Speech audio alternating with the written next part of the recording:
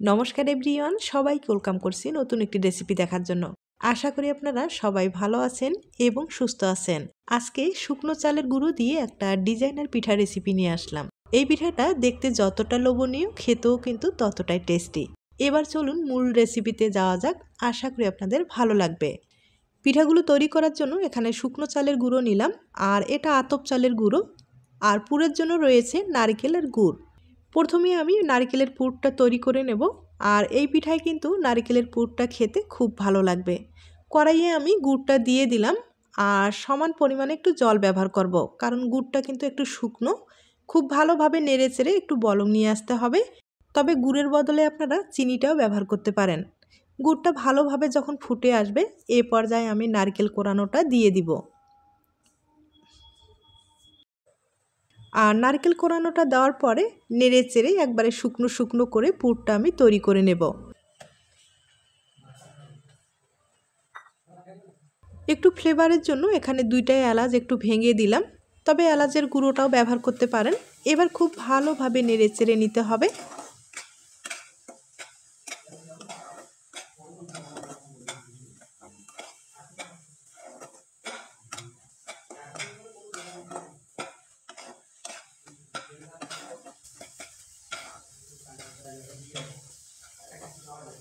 পুরটা আমি খুব ভালোভাবে তৈরি করে নিলাম।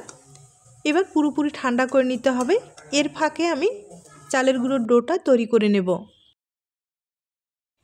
কড়াইয়ে পরিমাণ মতো জল দিয়ে দিলাম। এবার সামান্য পরিমাণে একটু লবণ ব্যবহার করব। জলটা এবার খুব ভালোভাবে বলক নিয়ে আসতে হবে, আর ভালোভাবে বলক আসার পরে এই পর্যায়ে আমি চালের গুঁড়োটা ব্যবহার করব। এখানে শুকনো চালের গুঁড়োটা ব্যবহার করলাম, আপনারা চাইলে ভিজা চালের গুঁড়োটা ব্যবহার করতে পারেন। এই চালের গুঁড়োর ডোটা কিন্তু শক্ত করা যাবে না, একটু নরম রাখতে হবে। আর নরম রাখলে পিঠাগুলো কিন্তু সহজেই তৈরি করা যাবে। কিছুক্ষণ এভাবে রেখে নেড়ে চেড়ে একটা ডো তৈরি করে নিতে হবে।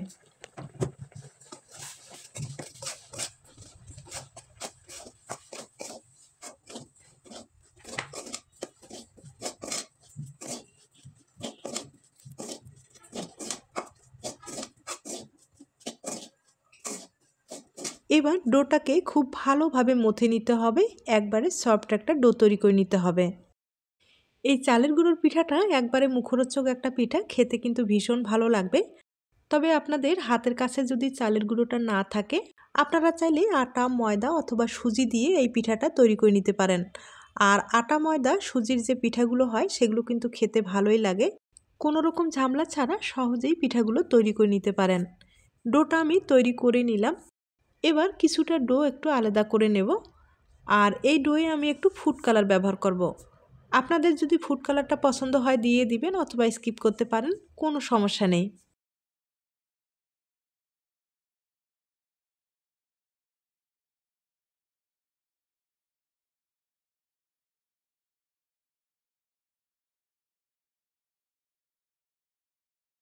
ডোগুলো আমি রেডি করে নিলাম।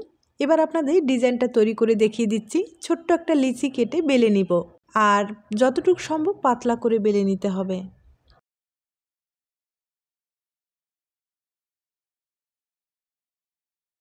আমি পাতলা করেই বেলে নিলাম। এবার পুর দিয়ে দিতে হবে।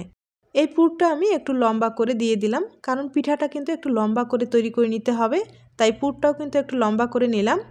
এবার দুপাশে ধরে ভালোভাবে মুখটাকে বন্ধ করে দিতে হবে। তবে এই পিঠাগুলো আপনারা চাইলে একটু বড় ছোট করে তৈরি করে নিতে পারেন, আর আমি কিন্তু মাঝারি সাইজ করেই তৈরি করে নিচ্ছি।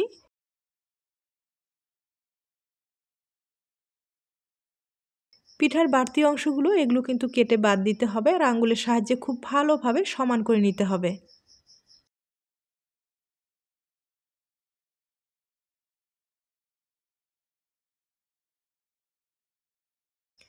পিঠাটা খুব ভালোভাবে তৈরি করে নিলাম। এবার ডিজাইনটা তৈরি করে আপনাদের দেখিয়ে দিচ্ছি।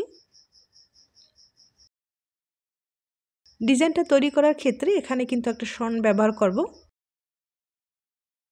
আর একটা শনের সাহায্যে খুব সহজেই কিন্তু এই ডিজাইনগুলো তৈরি করা যায়, হয়তোবা দেখে বুঝতে পেরেছেন। আর এই ডিজাইনটা কিন্তু একবারে সহজ একটা ডিজাইন, আপনারা চাইলে সহজেই এই ডিজাইনটা তৈরি করে পিঠাগুলো বানিয়ে নিতে পারেন।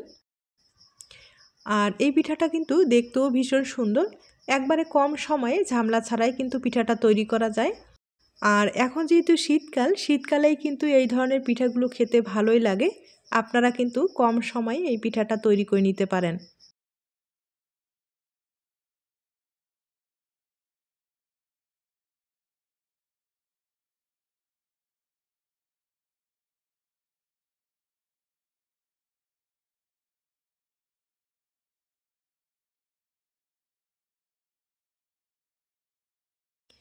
একটা পিঠা আমি তৈরি করে নিলাম, আর দেখতে পাচ্ছেন পিঠাটা কত সুন্দর হয়েছে।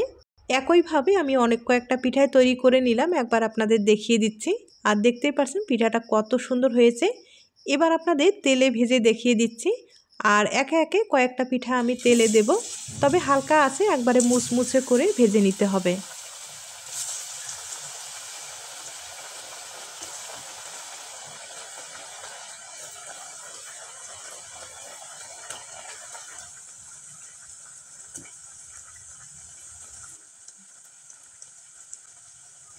এই পিঠাগুলো আমি কিন্তু তেলে ভেজে আপনাদের দেখিয়ে দেব, তবে আপনারা চাইলে এই পিঠাগুলো কিন্তু ভাপেও খেতে পারেন। আর পিঠাগুলো ভাপে খেতেও কিন্তু ভালো লাগবে। আমি আপনাদের তেলে ভেজে দেখিয়ে দিচ্ছি। আর পিঠাগুলো কিন্তু আমি আবারও বলছি হালকা আছে একবারে মুচমুচে করে ভেজে নিতে হবে, তাহলে পিঠাটা খেতে ভালো লাগবে।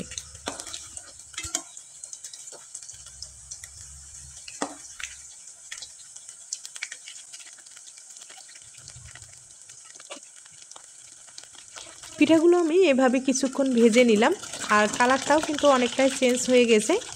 আরও কিছুক্ষণ কিন্তু ভেজে নিতে হবে যেন ভিতরটাও একবারে মুচমুচে হয়। তবে আমি হালকা আছে কিন্তু ভেজে নিচ্ছি যাতে পিঠাটা খেতে ভালো লাগে। এবার পিঠাটা পুরোপুরি ভাজানোটা হয়ে গেছে, একবারে লালচে হয়েছে। এবার আমি তেল থেকে পিঠাগুলোকে তুলে নেব, আর এরপরে আপনাদের পরিবেশন করে দেখিয়ে দিচ্ছি। তার আগে ছোট্ট একটা রিকোয়েস্ট থাকবে, পিঠার এই রেসিপিটি আপনাদের কাছে যদি ভালো লেগে থাকে বা আপনার কোনো উপকারে আসতে পারে তাহলে একটা লাইক দিতে পারেন। এবার আমি একটা পিঠা আপনাদের ভেঙে দেখিয়ে দিচ্ছি। আর পিঠাটা দেখতেই পাচ্ছেন কতখানি খাস্তা হয়েছে এবং লোভনীয় হয়েছে। আর এরকম ধরনের পিঠা যাকে খাওয়াবেন সে আপনার প্রশংসাই করবে। পিঠাটা আমি ভেঙে আপনাদের দেখিয়ে দিলাম, হয়তোবা দেখে বুঝতে পেরেছেন। আর পিঠাটা কিন্তু খেতে ভীষণ টেস্টি হয়, একবার হলেও বাড়িতে ট্রাই করে দেখতে পারেন। তাহলে আজ এ পর্যন্ত, নতুন কোনো রেসিপির সাথে আবার দেখা হবে। আর নতুন রেসিপির জন্য সবাইকে আমন্ত্রণ রইল। সবাই ভালো থাকবেন। নমস্কার।